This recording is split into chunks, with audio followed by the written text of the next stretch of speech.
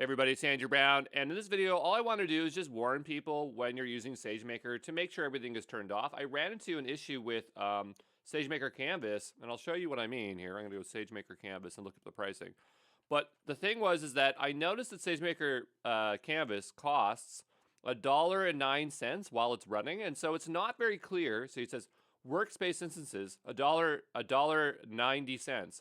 And so what they mean is if you turn on SageMaker Canvas, that is the workspace instance. I thought that there was like another thing, like you open it up like Studio, like a SageMaker Studio, and then if you were launching like a notebook or something, that would be your cost. But that's not the case. And on top of it, if you do not click the close button in the bottom left corner of log out, if you just close the tab out, and I'll show you what I mean here, you'll end up with crazy spend. So I'll just go over here for a moment. And I know I'm so fearful to reopen it, but I'm going to reopen it again just to show you what I mean. But if you want to use SageMaker Canvas, you go over here on the left-hand side, and I already have a profile, but if I open it up, right, and you press that button, it is now creating that workspace instance. And that's confusing because when you use Studio, it does the same thing, similar process. It feels like it's starting something up, but it's not costing you anything for that interface, right? So we'll give a moment for that interface to appear here.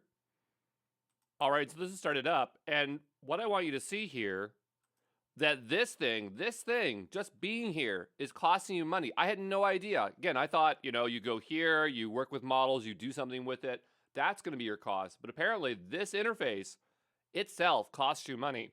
And again, if you close this tab, I'm not sure if we go back here if it shows any Canvas instances running here. Let's go over here and see. So notice I'm here. It doesn't show like instances. You're running an instance, so you wouldn't know, right? There'd be no way for you to know.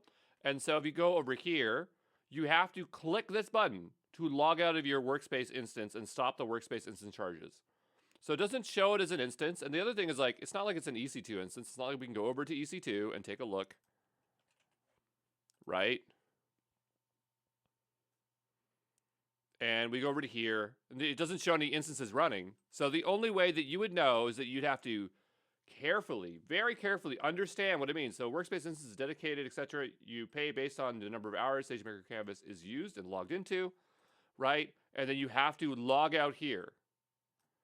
And this is, to me, really bizarre because AWS has services where they will shut off after a while, or they have ones that have a similar experience where you don't think you're paying for the interface, right? So I think AWS has just made like a terrible UI UX decision, unless that was intentional. But I find that really frustrating. Now I'm going to probably go see if I can dispute that cost with AWS just because it's so confusing. But you might be saying, Andrew, aren't you supposed to set budgets? And the answer is I did set a budget.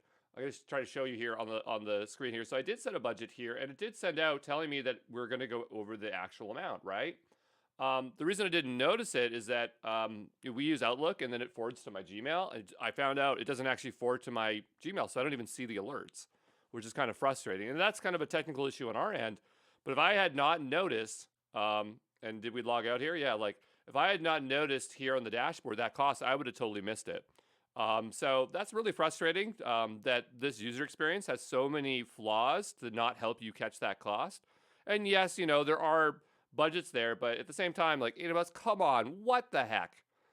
Put a little bit more effort for your customers there, because that is ridiculous. But anyway, I'm going to include this in my course just so people are aware that it happens to me, and you got to be very careful when spinning things up and double, triple check the cost of things, even though I think AWS could easily do a better job with that, okay?